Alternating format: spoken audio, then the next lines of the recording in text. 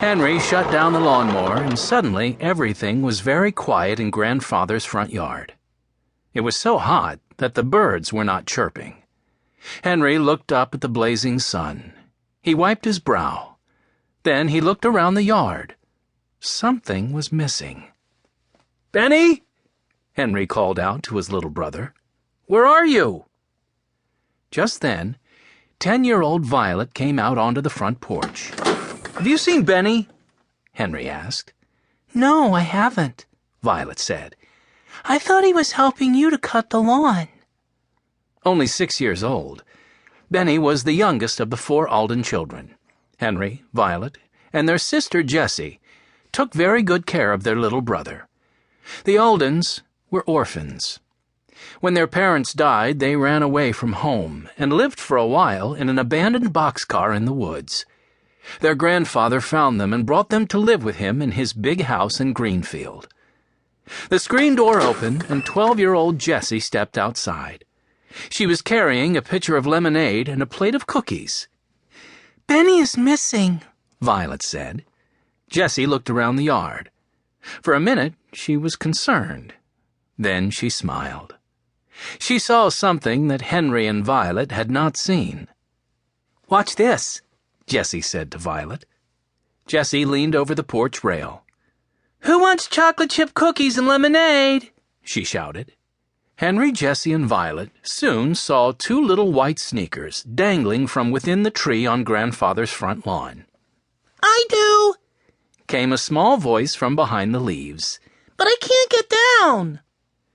Henry rushed to the tree and caught Benny just as his brother slid from the bottom branch. "Thanks, Henry." Benny rushed straight to the porch. "Are there any cookies left? I'm starved." Benny was small, but he was famous for his big appetite. "What were you doing in the tree?" Henry asked. "I thought you were raking up the grass for me." "I'm sorry, Henry," Benny said. His shoulders slumped. "It's just that it's so hot. I was melting. The tree looked like the coolest place to be.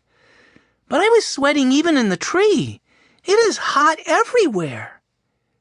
Mrs. McGregor, the Aldens' housekeeper, appeared in the doorway. "Benny Alden!" she cried. "Look at all that dirt on your clothes. What happened? Are you okay?" Benny looked down at his shirt. He tried to brush the dirt off. "I climbed the tree, Mrs. McGregor. I'm tall enough to reach the bottom branch." Mrs. McGregor smiled.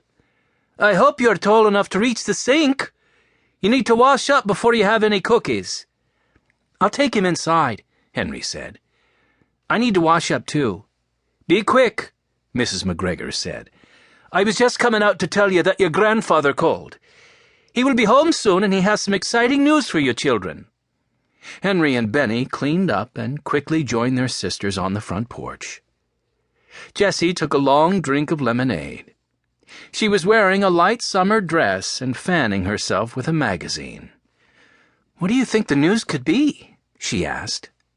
Violet patted her face with a cool cloth.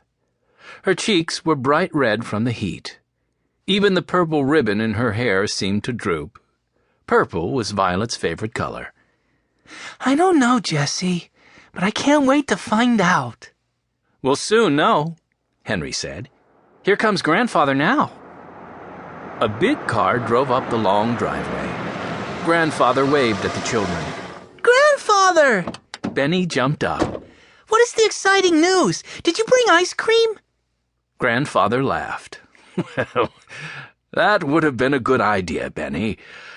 But I do not have ice cream.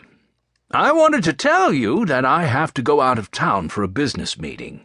Would you like to come with me?" "We'd be happy to come, Grandfather," Jessie said. "Where is the meeting?" "It is in a town called Oceanside in New Jersey. I have an old friend who recently moved to Oceanside. He has a big house right on the beach, and he invited all of us to be his guests." Benny dropped his cookie and ran into the house. "Benny," Jessie called. "Wait, where are you going?" "To pack my suitcase," Benny called. Everyone laughed and followed Benny inside.